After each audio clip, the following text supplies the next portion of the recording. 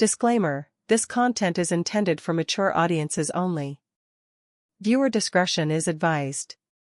My name's Mara. I'm 34. And this is the part where I admit something I haven't even said out loud yet, not to my friends, not to him, not even fully to myself. I think I'm disappearing. Not in the melodramatic sense. Not running away into the woods or changing my name, disappearing. Just slowly fading from my own life. Shrinking a little more each day, into the shape of who I thought I was supposed to be, for him. Elias and I have been together for 7 years. The first 3 were electric, a blur of travel, late-night sex on balconies, whispered secrets in the dark. He made me feel like I was the most fascinating woman in every room. I'd catch him watching me across a crowded party like he couldn't believe I was real. I used to crave him. Not just sexually, though God, yes, his hands on my hips, the low way he used to say my name when I laughed too loud. But also emotionally. He was curious about everything I said, even when I didn't have the words quite right. He made me feel seen. Held. Like I was someone worth returning to. But now we fall asleep with our backs turned. Not in anger, it's quieter than that. It's a habit. It's the way you stop noticing the feel of your own skin. He still kisses me goodbye in the mornings, but sometimes it's more like a checkbox. A kiss on the cheek without breath, without warmth. Like something you'd give your aunt at a funeral. We cuddle on the couch, sure. But it's with a blanket barrier between us, and sometimes his hand drapes over me like a seatbelt. Not holding me, restraining me. The last time he touched me in a way that made my breath hitch was 2 months ago. A Saturday morning. I was brushing my teeth, wearing one of his old t-shirts, and he came up behind me and kissed the back of my neck. I froze. Not out of discomfort, out of surprise. Like my body didn't remember what it was supposed to do. That kind of kiss used to be an invitation. That day, it felt like a relic. I tried to lean back into him. He smiled, but it didn't reach his eyes. Then he turned and grabbed his phone from the dresser. That's what it's been like lately. Half gestures. Ghosts of desire. I know he loves me. I do. But I'm starting to think love isn't always enough when you stop wanting the person you're with. Or maybe when you stop feeling wanted. It's not even about sex, exactly. It's about the space it used to occupy, the spark, the flirtation, the intimacy. We still have sex, maybe once or twice a month. It's not bad. But it's more like maintenance. Like brushing our teeth. A rhythm of familiarity, not passion. He always kisses my shoulder afterward, tells me I'm beautiful. And I believe he believes it. But I don't feel beautiful when I look in the mirror anymore. I feel like an old photograph of myself. The moment I realized something had really shifted, like, shifted, was one night last month. I was lying in bed, scrolling travel blogs, planning my solo trip to Lisbon. He was beside me, finishing a documentary with his headphones in. I found this article by a woman who'd gone on a similar trip and asked her partner if they could open their relationship during the time she was away. She called it a temporary expansion, not an end, just room to breathe. Something in my chest fluttered. Not because I was desperate to sleep with someone else, but because the idea of being seen again, of being desired again, felt intoxicating. Like I'd forgotten I could even want that. I turned to him that night and asked if we could talk about it. He pulled out one headphone and raised his eyebrows. An open relationship? Why? And I said it. I actually said it out loud, because I want to feel alive again. He laughed. Said, so you want to cheat but want permission first. I told him that was unfair. He said I was unfair. That I was trying to break what we'd built because I was bored. Then he said the word, insecure, as if that was some sort of defense. I didn't raise my voice. I didn't cry. I just turned away. And when he reached out to touch my back later, like he always does before sleep, I didn't move. That was the moment I realized, not that I didn't love him anymore, but that I loved myself too little to keep going like this. And maybe, just maybe, I was ready to want more. Elias is a pediatric surgeon. He doesn't talk about his days much, but when he does, it's in carefully measured words, usually after 2 glasses of red wine and when the TV is off. He carries his stress in his shoulders, his silences, and the way he stares out the window after a hard shift like he's still in the operating room. He says he likes coming home to me because it's the one place that doesn't ask more of him. I used to find that romantic. I used to think, I'm his safe place. But lately, it feels more like I'm invisible, like I've become a piece of furniture in a house he built and now just maintains. A week after the argument about Lisbon and the open relationship, we tried to pretend nothing had happened. That's kind of our thing. We go quiet until the weight of the unsaid fills the space between us, heavy but unspoken. We let time bandage over the cut, even if it's still bleeding underneath. I was in the kitchen making tea when he came up behind me and wrapped his arms around my waist. "Missed you today," he said into my hair. It was reflexive, the way I stiffened. Not because I didn't want him to touch me, but because I didn't believe he meant it. Or maybe I didn't believe he saw me anymore, not really. "You saw me this morning," I said softly, trying to keep my tone even. He laughed a little, still holding me. "Not the same. You're different at night." Softer. I wanted to say, "No, I'm just quieter because you've stopped asking me things that matter." Instead, I leaned back against him. Not fully. Enough to keep up the shape of affection. He slid his hands under my sweater, warming my skin. I didn't stop him, but I also didn't respond. The moment didn't land the way he wanted. I could feel his breath hitch slightly, that pause when someone realizes they're touching a body, not a soul. He tried again later, in bed. I was reading, not really reading, just holding the book like armor. He kissed my shoulder and whispered, "Can we not fight tonight?" I turned to him, blinking. "We haven't been fighting." "Exactly," he said. "I miss you more when you're this quiet." That should have cracked me open. But it made me ache in the opposite direction. Because to him, my silence was new. To me, it had been growing for months. And he hadn't noticed until it inconvenienced him. He touched me more that night, the kind of touch that once would have lit my skin on fire. His mouth on my collarbone, his hand at the small of my back. But I felt like I was watching us from above, like I was impersonating the version of me he still wanted. He asked if I was okay, right in the middle of everything. I said yes. Because how do you explain to someone that the touch you used to live for now makes you feel like a stranger in your own body? Elias shows love in motion. In errands, in physical closeness, in the way he always fixes the leaky faucet before I ask. He's the kind of man who makes you a smoothie when you're stressed and calls that emotional support. But I don't want smoothies. I want him to see that I'm fading. That I haven't felt like myself in months. That I dream of Lisbon not just for the sights and the food, but because I wonder who I might be if no one expected me to be anything for a while. Last night, he came home late. I'd left dinner on the stove, and I was already in bed. He slid in beside me, kissed my temple, and murmured, "You're too good to me." And I just stared at the ceiling. Because that's the problem, isn't it? He thinks I'm good. Dependable.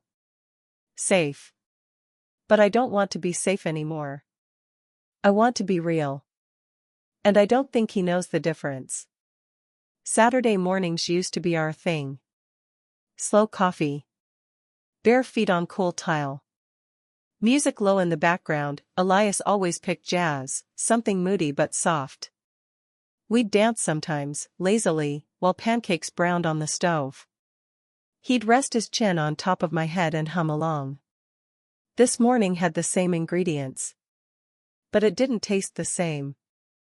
I was standing at the counter chopping strawberries, barefoot as always, wearing the old hoodie he loves on me. The sun came through the window in golden slants. It should have been peaceful. Elias came up behind me and slid his hands around my waist, pulling me gently against him. He murmured, nuzzling my neck. You smell like vanilla and sleep. I smiled, or tried to. My body didn't flinch, but it didn't soften either. I kept chopping, slower now. His hands traveled a little lower, gripping my hips, fingers sliding under the hem of my hoodie. I paused, knife hovering over the cutting board. He pressed a kiss to my neck, then another just below my ear. Let's go back to bed, he whispered. I'm making breakfast, I said, too quickly. We can eat later. I'm not in the mood, Elle. I tried to keep it gentle.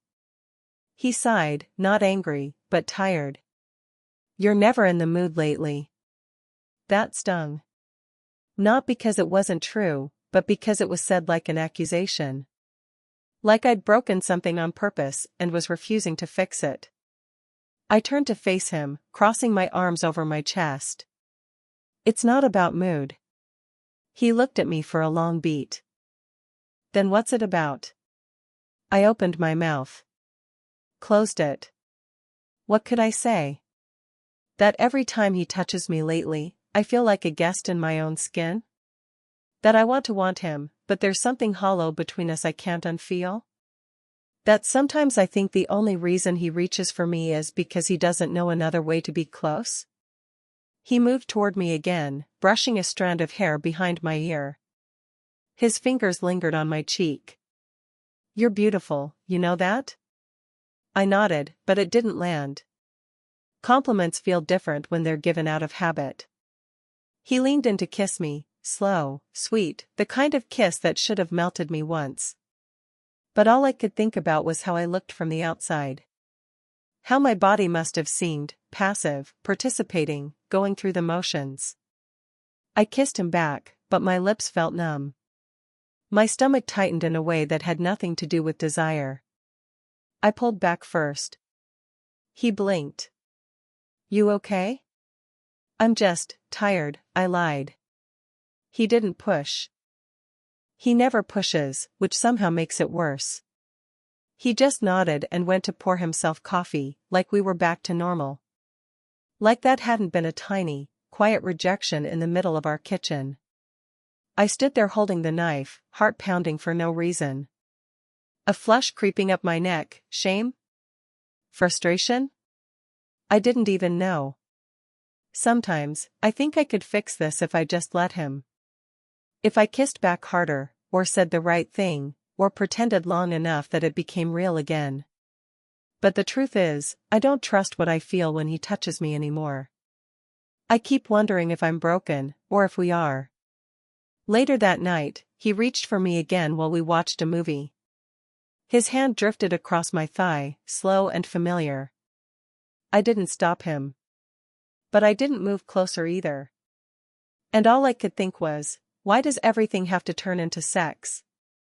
We were out to dinner the night before my flight.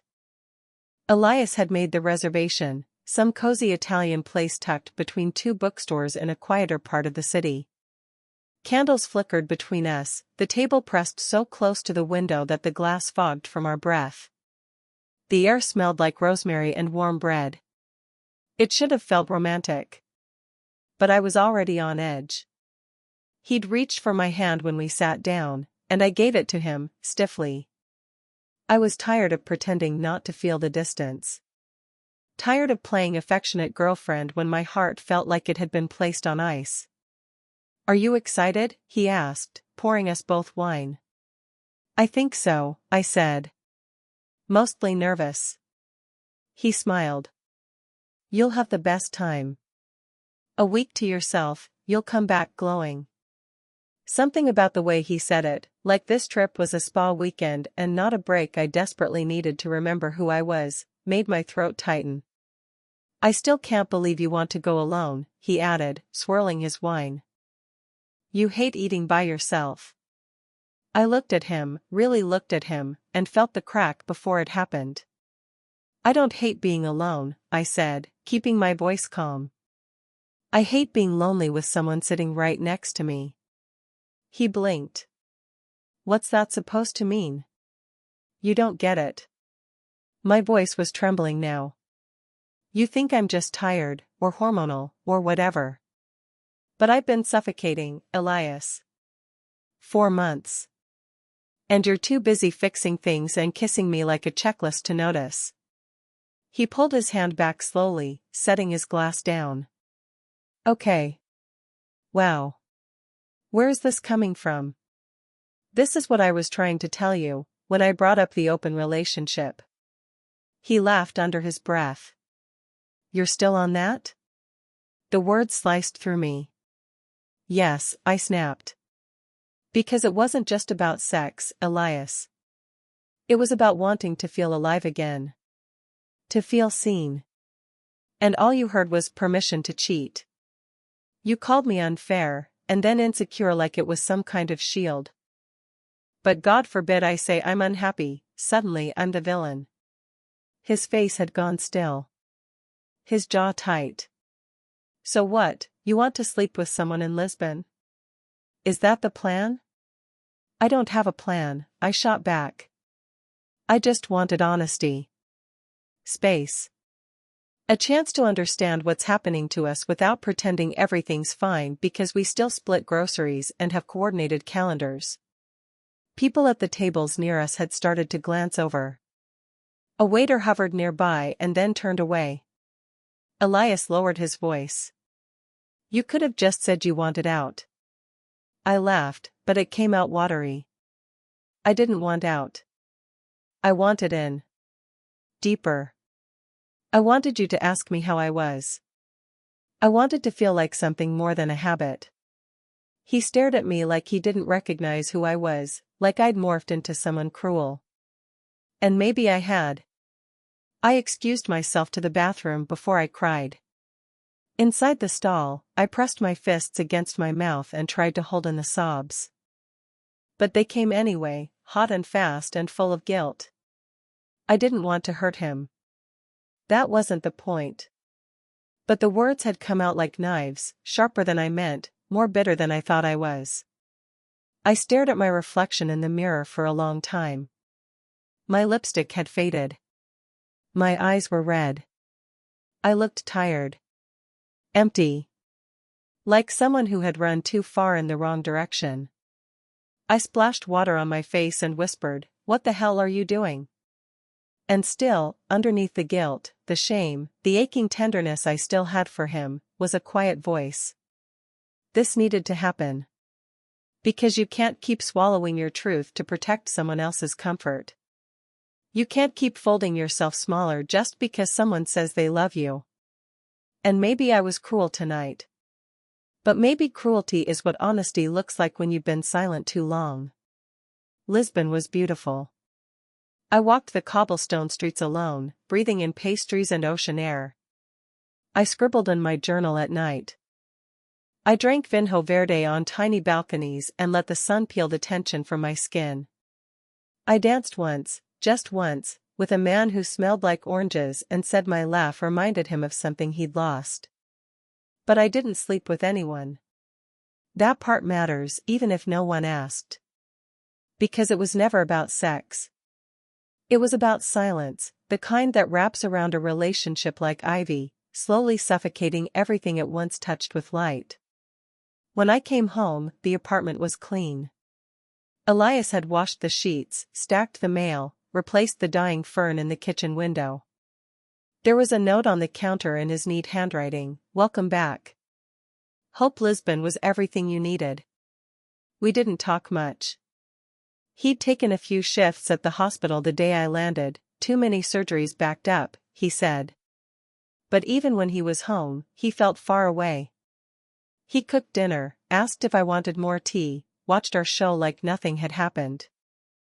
Like I hadn't cracked open something between us and left it bleeding on the floor. We slept on opposite sides of the bed. No touching. No arguing. Just space. And yet, sometimes I caught him looking at me when he thought I wasn't paying attention.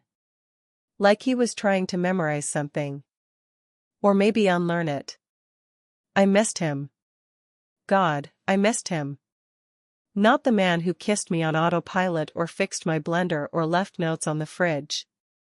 I missed the man who used to whisper in bed about things he was afraid of. Who once told me, half drunk and curled around me in the dark, that he didn't believe in soulmates until me. I missed how safe he made me feel, and how sexy that safety once was. But how do you reach for someone you've wounded? How do you say, I know I asked for too much, but I was only trying to ask for us again? One night, I found him sitting at the kitchen table, staring at nothing. His shoulders hunched, his fingers curled around a mug he wasn't drinking from. There were dark circles under his eyes, and his hair had grown out in a way that made him look more boyish. Sadder. I wanted to touch him. Say something. Anything. But I stood in the doorway instead, paralyzed by my own shame. Because I saw it then, really saw it. I hadn't just hurt him with my words. I'd scared him. Made him question whether the life we'd built together had meant the same thing to both of us. Maybe it hadn't. Maybe that was the real heartbreak. The next day, I packed a bag and left for my sister's. Not out of anger. Not even finality. I just needed to breathe without waiting for him to say something first. Needed to stop watching him pull away and wondering if I should stop him. Before I left, I wrote a note. I don't know if we can fix this. But I want to. If you do too, call me. Then I closed the door, soft, not slammed. As I drove away, I didn't feel free. I felt hollow. Like I'd just left behind something sacred and broken. Like I was waiting for the ache to settle into something that could guide me forward. And still, a small part of me whispered, he's still your home. But the louder part said, maybe home is where someone lets you come back, even after you burn the walls down. It took him a week to call. Not that I was counting. But I knew the exact number of mornings I'd woken up hoping my phone would buzz with his name. Hoping for proof that I hadn't imagined what we used to be. That underneath the silence, the shutdown, the space, there was still something worth fighting for. When his name lit up my screen, I answered before the second ring. Hey, he said. His voice was quiet. Raw. Hey, I whispered back. There was a pause, then a shaky breath. Can we talk? I'll come to your sister's if that's okay. I said yes. Not because I knew what I wanted, but because I wanted to find out if he still did. He showed up in an old hoodie, eyes tired, hair damp from the rain. He looked like the man I fell in love with.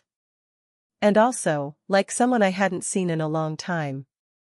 We sat on the porch. No script. No wine.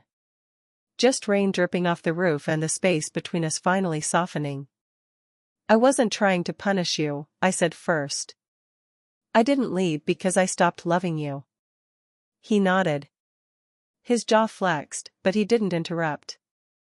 I brought up the open relationship because I didn't know how else to say I felt, disconnected. Like I was disappearing inside the version of us we kept performing. He looked at his hands, then back at me. You could have just told me you were lonely. I didn't know how, I admitted. It felt like asking for too much. He gave a small, bitter laugh. Funny. I thought I was giving too much. All the touching, the fixing, the checking in, I thought I was holding us together. I know, I said. But I needed something quieter. I needed you to see me without reaching for my body first. His eyes softened then, really softened. And for the first time in weeks, I didn't feel like I was talking to a wall. I was talking to him. The man I'd built a life with. The man who could still wreck me with kindness if he wanted to. I hated the way you said I was insecure, he murmured.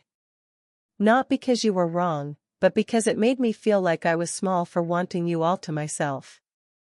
I blinked hard. You're not small. You're human. We sat in that stillness for a while. Breathing. Listening. Then he reached out, slow, like asking permission. I let him hold my hand. It wasn't a grand gesture. Not a passionate kiss or dramatic apology. Just skin against skin. Warm. Familiar. Real. Later, when he left, he kissed my forehead. Not as a claim. Not as a lover. As something quieter. A promise, maybe.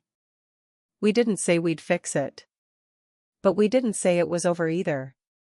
And for now, that was enough. You think when someone loves you long enough, they'll just know. Know when your silences mean hold me tighter versus leave me alone. Know that the way you pull away isn't always rejection, sometimes it's a quiet plea for patience.